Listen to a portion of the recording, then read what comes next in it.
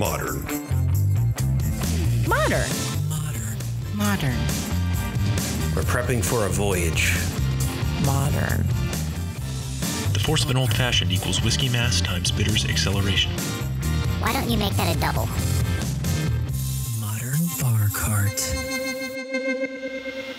Hello and welcome to the Modern Bar Cart Podcast, the cocktail podcast where we demystify the tools and techniques that make great drinks. I'm your host, Eric Kozlik, and I'm glad you've decided to join me for what may be one of the most crucial early episodes you'll listen to on this podcast. So in episode 2, I broke down the essential cocktail-related tools you'll need to build your home bar or bar cart. And if you recall, I used a computer analogy that compared hardware and software to cocktail tools like shakers and bar spoons, and then on the other hand, consumables like spirits and mixers. The idea being that you buy your hardware once, and with that hardware, you can then run an almost infinite array of software. And the software, of course, is like the cocktails you make with that hardware. So today, we're going to take a deep dive into our metaphorical cocktail software, the literal spirits and cocktail mixers you'll need on hand if you want to start learning how to mix delicious drinks. Because this episode follows more of an audio essay format, I'm going to include a complete transcript of this episode, including links, in the show notes at modernbarcart.com/podcast. This is going to be a fairly brand-driven episode, at least toward the end, where I make a ton of brand recommendations at different price points for you. So please do check out the show notes or simply email podcast@modernbarcart.com if you have any lingering questions. Now, to kick things off, I'm going to identify a strong literary resource in respect to building your spirits and mixers collection. And that resource is the 12-Bottle Bar by David Solomonson and Leslie Jacobs Solomonson, originally published not too long ago, back in 2014. I will admit that I do not own this book. Seen it a few times, flipped through it, but don't personally own it. And if I were you right now, I'd be like, why is this dude trying to sell me a book he doesn't actually own? Here's why. I'm going to make my own recommendations here today, and so I want you to have at least one resource against which to test my recommendations. I'd absolutely love it if you just accepted everything I said as the end-all be-all of cocktail advice, but the truth is everybody's got a different palate and different priorities, and I want you to have options. So jumping right in, I'm going to rattle through the bottles that the authors of the 12-Bottle Bar think you should have on your shelf, and then I'm going to give you the EJK updated 12-Bottle Bar where I keep the good and swap out what I think are weaker bottles for things that might be more fun or useful for you. Ready? Here we go. Original 12-Bottle Bar consists of brandy, dry gin, Genever, also known as Holland gin, amber rum, white rum, rye whiskey, vodka, orange liqueur, dry vermouth, sweet vermouth, aromatic bitters, and finally orange bitters.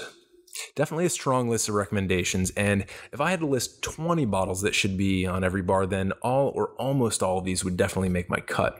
And the goal here, just to remind you, is to be able to make the most and most interesting cocktails with the most flexible assortment of spirits.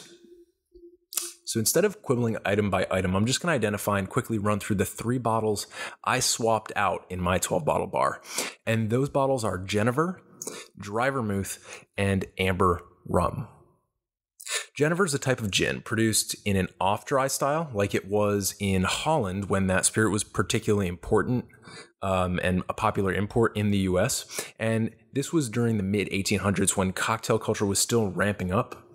So this time period is described really richly in David Wondrich's book Imbibe. And in that book, he notes it was replaced dramatically in popularity by English-style dry gin around the turn of the 20th century. And this is traceable by importation records. Now, why am I picking on Genever? It's because there are so many great types of gins out there today. Gins really exploded in the United States and internationally. So many great bottles and great styles to try that you shouldn't really be focusing on a certain style per se, but rather tasting your way around to determine which gins you enjoy and which mix well with certain vermouths, bitters, and other mixers. Now, the next bottle that I eliminated, dry vermouth, the choice here also comes into discussion about the history of gin importation, because Wondrich notes that the switch in popularity was at least partly due to the fact that dry vermouth was also becoming a popular cocktail ingredient at that time, and it mixed well with English-style dry gin, but not with Genever. So if I get rid of Genever, dry vermouth should logically be allowed to stay. I'll come back to that in a couple minutes when I talk about my replacement, the bottle that I replace it with. So finally, to round out the 3 bottles that I took off of the 12 bottle bar, we've got amber rum, which in my opinion has a bit of an identity crisis.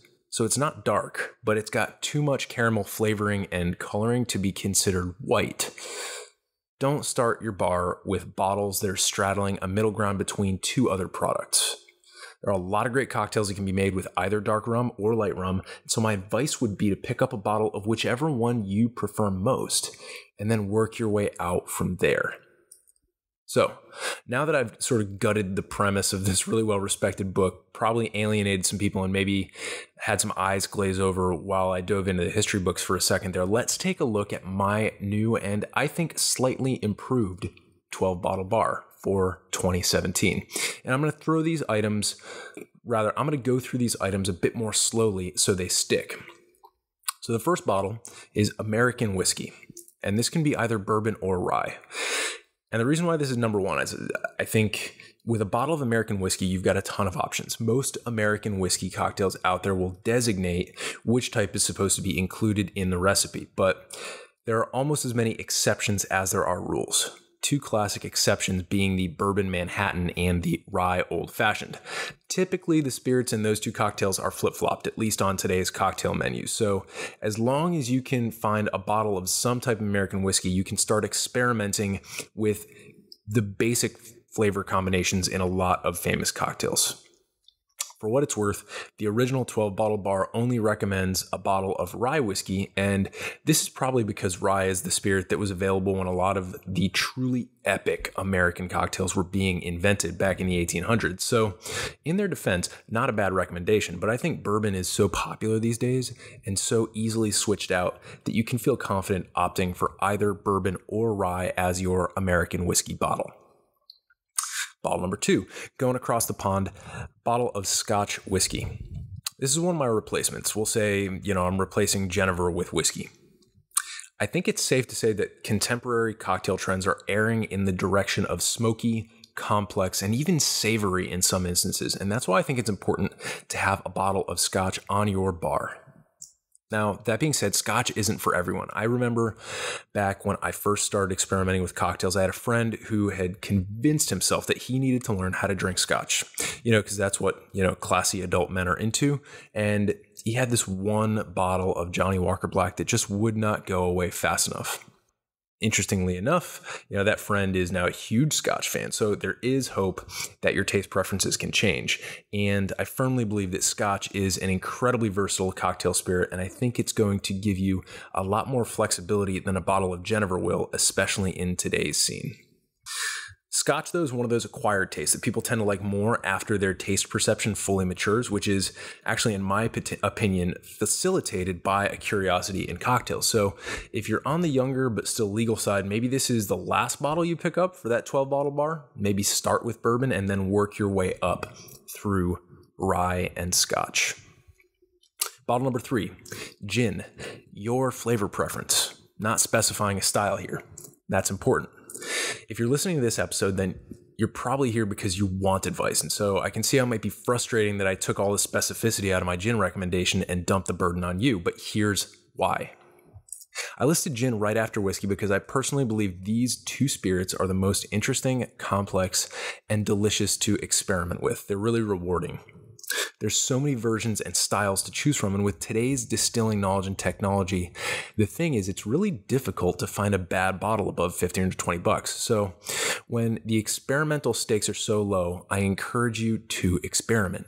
And if you're truly experimenting and testing what's available to you, I'd say you could go 10 bottles before settling in on your house specialty, whether that's a whiskey or a gin. And that's years of drinking. That's years of testing before you settle into that kind of highly stylized routine. Now, the flavor profiles in today's gins can range from extremely dry, meaning a lot of juniper and potentially high alcohol, as in a Navy strength gin, to extremely bright, meaning a lot of citrus peel and citrusy botanicals, and maybe even to extremely floral, meaning there's a lot of herbs and flowery flavors in there. And almost every gin distiller on the market has their own botanical recipe that triangulates between these extremes, maybe erring toward one end of the spectrum, but somewhere in the middle. So go out, ask for tastes, figure out what you like, and then bring it home. Really fun experimental process. Moving on now to bottle 4, brandy or cognac. Brandy is a type of spirit that is distilled from grapes or fruit as opposed to grains like corn, rye, or barley. And cognac is just a fancy French brandy that comes from a specific region. So all cognacs are brandies, but not all brandies are cognacs, kind of a square as a rectangle type thing. An inexpensive bottle of brandy is great to have on the bar because it's called for in a lot of the older cocktails and punches that were developed before the late 1800s. It's got a nice, sweet, mellow, and perfumed flavor profile in most cases, and it pairs really well with most orange liqueurs, which we'll talk about further down the list. Not much to say about brandy until we get to the brand recommendations part of the episode, but I will mention that there is an abbreviation system on brandy and especially cognac labels that can help you to approximate its quality. So if you see the letters VS, it means you're buying a fairly basic brandy, whereas VSO and VSOP, which stands for Very Special Old Pale, are a bit more refined, meaning that they've spent more time in the barrel, and that age has kind of mellowed them out and given them a little bit more complexity. And finally, at the very top end of the spectrum, anything that says XO is going to be the oldest, most distinguished, and generally most expensive bottle of brandy or cognac on the shelf. That's it now for brandy. Moving on to the EJK bottle number 5, we've got rum, white or dark. And if you remember, this was part of a little controversy earlier when I bumped out amber rum. So this bottle is a great opportunity to choose your own adventure based on your flavor preferences or perhaps some other variable. For example, I tend to like white rum in the summer and dark or spiced rum in the winter months. The reason why I think your choice of rum matters less than your choice of gin or whiskey is because the best and most anthologized classic cocktails out there usually stray away from rum. There are a lot of notable exceptions to this, of course. I mean, there is the institution that is tiki, almost all of which use some type of rum. There's the stunning daiquiri cocktail, which uses white rum. In the end, though, here's my advice. While you're working on your whiskey and gin cocktails, use your rum and your brandy as flavor breaks, as departures from gin and whiskey. Mess around with them in the background and use these two generally sweeter spirits to learn more about your palate and zero in on the types of classic cocktails you like to make. Developing your palate is very much a trial and error project, and that's precisely why I think having a bottle of rum is important for somebody just starting to build their bar. But I don't think the style of rum matters all that much in the beginning. Now for our final spirit, we have bottle number 6, vodka. Poor vodka. It's been kind of the whipping boy of cocktail snobs for a long time now, and there's one primary reason for this. Vodka doesn't taste like much. And there's a positive and a negative way to look at that.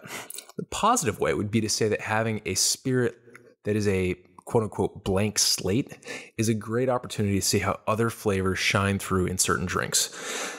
In this sense, vodka offers a lot of flexibility and isn't likely to clash with the other ingredients in a cocktail recipe. In other words, it plays well with others, kind of fades into the background. The negative way to approach vodka would be to say, what's the point? Why drink something that is, by definition, tasteless? I'm not going to get into the weeds about the debate here. Not going to take sides. Instead, I'm going to give you 2 good reasons to have a bottle of vodka on the bar. Reason number 1, there are some great cocktails, including the Moscow Mule, the Kaiparovska, and the Vodka Martini. And they're easy to make, and they're definitely crowd favorites. And you need vodka to make them. So that's a good enough reason right there. Play with some of these really fun, popular cocktails. Reason number 2, sometimes you end up entertaining people with sensitive palates, and they want to participate in the delicious cocktails you're making, but maybe they can't handle whiskey or gin yet. Maybe their palate's just not there. This is where vodka saves the day. It's an all but invisible in fruit juice and or sparkling water, and it's extremely easy to improvise something for your pickier guests that will delight them and make you feel like a great host. That does it for our base spirit. So now we'll move on to the lower ABV accompaniments with bottle number 7, Sweet Vermouth. This cocktail ingredient is incredibly important. Definitely one of the unsung heroes that's finally getting a little bit more attention recently. I cannot overstate how important sweet vermouth is. As we mentioned briefly prior to this episode, and as we'll return to in a few episodes here with our bitters, vermouths, and liqueurs rundown with Josh Wolf of the Wolf Cocktail Den, it's a type of fortified wine that is infused with the flavor of other herbs, roots, and spices to become sweet and complex. Some of my personal favorite cocktails that call for sweet vermouth are the Manhattan, the Negroni, the Boulevardier, the Vieux Carré, the Martinez, and so many more. I'll make brand recommendations in a bit, but the most important thing to note here, and I'm sure I'll say this many more times in future episodes, is refrigerate your vermouth. If you leave it on the bar after you open it, it will oxidize and taste nasty. The end. Moving on now to bottle number 8, we've got Blanc or white vermouth. This is probably my most controversial bottle, and as you'll recall, I never really gave a good answer for why I cut dry vermouth from the 12-bottle bar, at least my version of it. To tell the truth, I just think Blanc vermouth tastes a little bit better across the board. It's mellower, it's more floral, it's a bit sweeter than dry vermouth, which is going to complement most gins quite nicely. And most importantly, I think its flexibility will encourage you, especially at the early phases of building your bar or bar cart, to experiment more than a dry vermouth will. See, part of building your bar and learning about cocktails is developing the bravery to go off recipe, kind of like taking a scenic detour, taking the road less traveled. I know that starting out, you'll probably cling to those recipes pretty hard, and that's great. The recipe is the recipe for a reason because it tastes good. But then gradually the what ifs start to creep in. What if I change the ratio of whiskey to vermouth? What if I shake instead of stir? What about lemon juice here instead of lime juice? And if you pursue some of these what ifs, you're going to make some nasty drinks. This is all a way of saying I think Blanc vermouth is going to result in less of these duds, and therefore will encourage you to keep experimenting and keep trying to put your own spin on the classics, which is always one of the great joys of bartending. But you can't do it. You can't do it without making some duds. It's going to happen. I just think you'll make less of the duds with the Blanc vermouth. Brand recommendations to come. Moving on now to bottle number 9, Orange Liqueur. Starting with the most basic definition, liqueurs are sweetened cocktail mixers that generally contain less alcohol by volume than spirits, but more alcohol than vermouths or fortified wines. So they sort of inhabit that middle ground between wine and liquor. Now, there are some notable exceptions always, like green chartreuse is probably my favorite exception in that I believe it's like 100 proof, which is, as strong as a bonded bourbon. But again, generally going to be between 20 and 40% with liqueurs. So orange liqueur is exactly what it seems to be. It's sweet, it's orangey, and it's delicious. The 3 major types are triple sec, curacao, and aged stuff, which generally means Grand Marnier. Now, again, it's very easy to get into the weeds here, but I'll save that for another episode and say you should probably start with an inexpensive bottle of this and work your way up, tasting whenever you find a friend or a bartender who's willing to pour you a little sample of something slightly more expensive. You can weigh the costs and benefits with your own palate as you develop. turning your attention to bottle 10, we'll find our second liqueur, and that is Amaro. Now, if you think there are a lot of orange liqueurs on the market, once you start investigating, the world of Amari, which is the plural of Amaro, will literally make your head spin. I was lucky enough to take a seminar on classic and modern Amari at last year's Tales of the Cocktail Conference in 2016, and I was blown away by the sheer variety and complexity of these products on today's market. By definition, an Amaro is a bitter liqueur or aperitif. And in fact, our final 3 bottles all have something directly bitter about them. And that's okay. Don't be afraid. Bitterness actually plays a really important role in cocktails and serves to balance them out in many cases instead of making them unpalatable in any way. I think we have a fundamentally broken relationship with bitterness as a flavor, but in cocktails, it's really something to try and warm up to, even if initially an Amaro is a little bit aversive to you. It's something, to come back to occasionally and see if your tongue has perhaps changed its mind. I'd recommend starting your adventure in the world of Amari after tasting a cocktail that someone more experienced has made using a particular Amaro. So what's going to happen here is you're either going to like it or you won't. But once you find one you do like, you're probably going to get the itch to run to the store and pick up a bottle of Amaro. And there's many different types. So again, here, maybe not one of the first bottles to pick up, but Amaro is going to be a force multiplier in the number of cocktails you can make with the other bottles on your bar. Whereas Gold Rum, for example, on the original 12-bottle bar list, wasn't really going to give you too many more options. So that's why I switched out a bottle of Amaro for the amber rum here. I think it just makes so many options open up in terms of which cocktails you can make. Finally, I'm going to speak about our final 2 bottles, number 11 and number 12, in the same breath here. And those bottles are aromatic and orange bitters. Bitters are a flavor extract, and they contain something known as a bittering agent, which is just one or more ingredients in that extract that make the flavor bitter. That's the simplest way to describe it. These are some of the same ingredients used in Vermouth and Amari, but perhaps at a more potent concentration, in that it's not watered down or sweetened. Bitters are extremely important for many of the cocktail giants. All 3 cocktails that are probably the 3 that most people think of most often, the Old Fashioned, the Manhattan, and the Martini, all contain bitters as a necessary component. So aromatic bitters are going to be spicy, dark, and complex, whereas orange bitters are going to be lighter, a little bit brighter, and just primed for use with gin. And I'll get into brand recommendations in just a second here. So to review, the goal of putting together a basic 10 or 12 bottle bar is to be able to make the most different and delicious cocktails with the most trimmed down and versatile collection of spirits and mixers. And the nice thing is, if you're smart about your purchases, you certainly don't need to pick up all the ingredients at once. Remember, it's an experimentation process. It's guess and check. So if you're looking to ease your way in, here are my recommendations of the 5 bottles to pick up first. My essential 5-bottle bar would be whiskey, either bourbon or rye, gin, bitters, aromatic and or orange. I mean, they're pretty inexpensive usually, so you can probably pick up both bottles there. Orange liqueur and sweet vermouth. You can go a long way using those ingredients. And what will happen is, as time goes on, you'll come across a recipe that sounds amazing, and then you realize that you can't make it with what you currently have on your bar. But you only need to go out and pick up a single ingredient as opposed to multiple ingredients, a big liquor store run or a big grocery run. So instead of making a whole production out of it, you've got one stop to make on your way home from work tomorrow, and then you're ready to rock and roll with that new cocktail that you want to test. So listen, everybody, I know that was a lot of information. I'm throwing all these recommendations and flavor notes at you, and it's hard sometimes to figure out where to actually start building your bar or bar cart. Just know that you can always email podcast@modernbarcart.com if you have any particular questions, and we'll do our best to steer you in the right direction.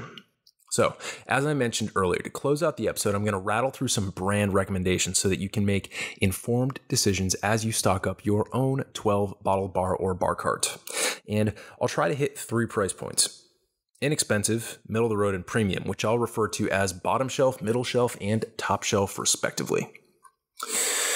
Starting with American whiskey, a great and very approachable bottom shelf rye is Old Overholt. A good bottom shelf bourbon, on the other hand, would be either Jim Beam or Evan Williams. For middle shelf, I'd go with the Bulleit brand, Bulleit, and they make a really nice rye and bourbon. Rye is the green label with Bulleit, and bourbon is the orange label. And as far as top shelf goes, I'd go with Michter's Rye, Michter ''S, and maybe a nice high proof bourbon like Booker's or Noah's Mill. For Scotch whiskey, bottom shelf would be a Johnny Walker Red or a Cutty Sark. Both are blended Scotches. And middle shelf, again, would probably be blended Scotch. This time, either like a Famous Grouse or a Monkey Shoulder. And for top shelf, you'll want to get into the single malt, which requires a much more in-depth working knowledge of Scotch. So if you're looking to pick up a top shelf bottle of Scotch, have your friendly local bartender or that one guy you know who loves Scotch teach you some of the basics. Personally, Laphroaig and Macallan are my go-to top shelf brands. For gins, you've got a lot of options. Bottom shelf, I'd go with New Amsterdam gin. It's inexpensive and it's a great starter gin for pretty much any classic cocktail. For your middle shelf, I'd go with Bombay Sapphire for similar reasons and because you can get a great deal on a handle of it if you live in a state where Costco is licensed to sell spirits. That's just a little life hack there from personal experience. And finally, for the top shelf, I'm going to recommend my absolute favorite gin, which will probably come up early and often in most episodes when we talk about gin, and that is the Botanist, which comes from Scotland, interestingly enough. I can't say enough good things about this gin, but I'll leave it there for now so I can rant about it some other day. For brandies and cognacs, I'll recommend E&J as your bottom shelf. Very inexpensive and very consistent. For your middle shelf, I'd go with a brand I've found and fallen in love with, which is called Maison Rouge, Maisonrouge, literally the Red House. This is actually a VSOP cognac, so very high quality, and it sells for less than $30 a bottle here in Washington, D.C. Maybe not as available in other parts of the country. I don't know. You're going to have to send us an email and let us know if it's available where you are. I'd be very curious. And for top shelf here, you really can't go wrong with a nice Courvoisier VSOP or XO, but there are a lot of less well-known names that might actually be better at the same price. So see if you can find someone knowledgeable to walk you through the brands, but only if you're really confident in the quality of your liquor store. You might get some bad advice if you just, walk up to anybody who works there and ask them to run you through it. They might just try and sell it to you without really knowing. For rum now, Cruzon is a good bottom shelf white rum, and Bacardi Black is fairly inexpensive on the dark rum side.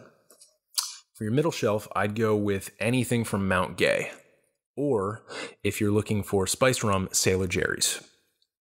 If you want to spend a lot of money on rum, most whites aren't going to be all that expensive because they're not aged. There's no time or other processes being undertaken to add price to that bottle. So you're going to be looking at a dark rum at top shelf, and really some of the longer aged dark rums can get up there. This is again an area where you'll want to either do your research beforehand or see if you can find somebody knowledgeable to help you make your expensive selection. For vodka, bottom shelf doesn't mean it has to come in a plastic handle. Again, here, go with New Amsterdam.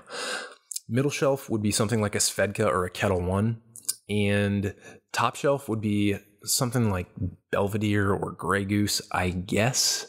And there's a lot of craft vodka popping up out there. Honestly, vodka is one of those spirits where you get drastically diminishing returns after the middle shelf. So especially if you're mixing, don't even bother. Don't even think about dropping cash on the expensive imported stuff. It's not going to make really a meaningful difference in the cocktail. If you want to buy an expensive bottle of vodka, at least try to find something local and help support your local distillers. I think that's a good option to some of the more expensive imported vodka. For vermouths, Martini and Rossi is going to be your bottom shelf option across the board, whether that's a sweet vermouth, dry vermouth, or a blanc vermouth. I believe they have some sort of blanc option, but that might not be at every liquor store. Your middle shelf option is going to be Dolin, Dolin. I really love Dolin. Can't say enough good things about their French vermouth. They have a great sweet vermouth and a really nice blanc vermouth. And these are what I have most commonly on my bar when I'm making cocktails. And for top shelf vermouth, I'd recommend Carpano Antica, spelled exactly like it sounds, as your sweet vermouth, and Lillet Blanc, Lillet Blanc, as your white vermouth. Now, for orange liqueur, bottom shelf would be something like a Bols, Bols, or a De Kuyper, Dekuyper, and these would be triple sec. For middle shelf, I'd recommend Cointreau or Grand Gala, and for top shelf, definitely go with my favorite, Grand Marnier, or splurge on a bottle of real Curacao, not the blue stuff. Very important. Blue Curacao, not as legit as the real Curacao, which is going to be clear. For your Amaro, there are really no bottom shelf options. Most of these are imported and don't get cheaper than $30. If you want to start with a nice mild Amaro, go with an Amaro Montenegro, spelled like the small European nation, or a bottle of Aperol, Aprol. Now, if you want a middle-of-the-road Amaro, go with a bottle of Campari, which is used in two really excellent cocktails, the Negroni and the Boulevardier, or a bottle of Cynar, Cynar, which is an artichoke-based Amaro. You'll really impress people if you pronounce that one correctly. Can't emphasize that enough. Finally, if you want to challenge your palate, pick up a bottle of Fernet, Fernet, which is one of the most bracingly bitter flavors out there, but has a really strong cult following, especially within the beverage industry. Finally, the last two bottles, the bitters. You probably know I'm a bit biased on this front since I'm responsible for a cocktail bitters brand called Embitterment, but try to stay objective here. For bottom shelf aromatic bitters, go with Angostura or Peychaud's. Solid bitters, inexpensive, and many classic cocktails actually call for them by name because they've been around for so long. So remember when I said the recipe is the recipe for a reason? If you want to start with your old-fashioned, you got to have Angostura bitters. Just gotta. It's where I started. And I think there's something to be said for going with the classics and learning those before you branch out. For bottom shelf orange bitters, I'd go with a brand called Regan's. For your middle shelf, I'd recommend Embitterment, which you can pick up on modernbarcart.com. Ship it right to your doorstep. Full disclosure, I make these bitters. We have Creole-style aromatic bitters, which is similar in flavor profile to Peychaud's, and it's great for those classic New Orleans cocktails, as well as for your old fashions and Manhattans. We also make a really great orange bitters using fresh orange peel, dried orange peel, and a ton of fresh ginger, which really accentuates those essential oils extracted from the peel. Embitterment's goal pretty much is to offer top shelf quality at middle shelf prices, and that's why it's my middle shelf recommendation. I'm not trying to be completely nepotistic here and just push my own agenda. I do think that they're genuinely exceptional quality for the price and for the potency of what's in the bottle, because our bitters are not sweetened and they're not watered down like many others are. So for top shelf, you're not going to find too many traditional aromatic or orange bitters. So what I would do is feel free to experiment with flavors that may be, barrel aged or slightly experimental.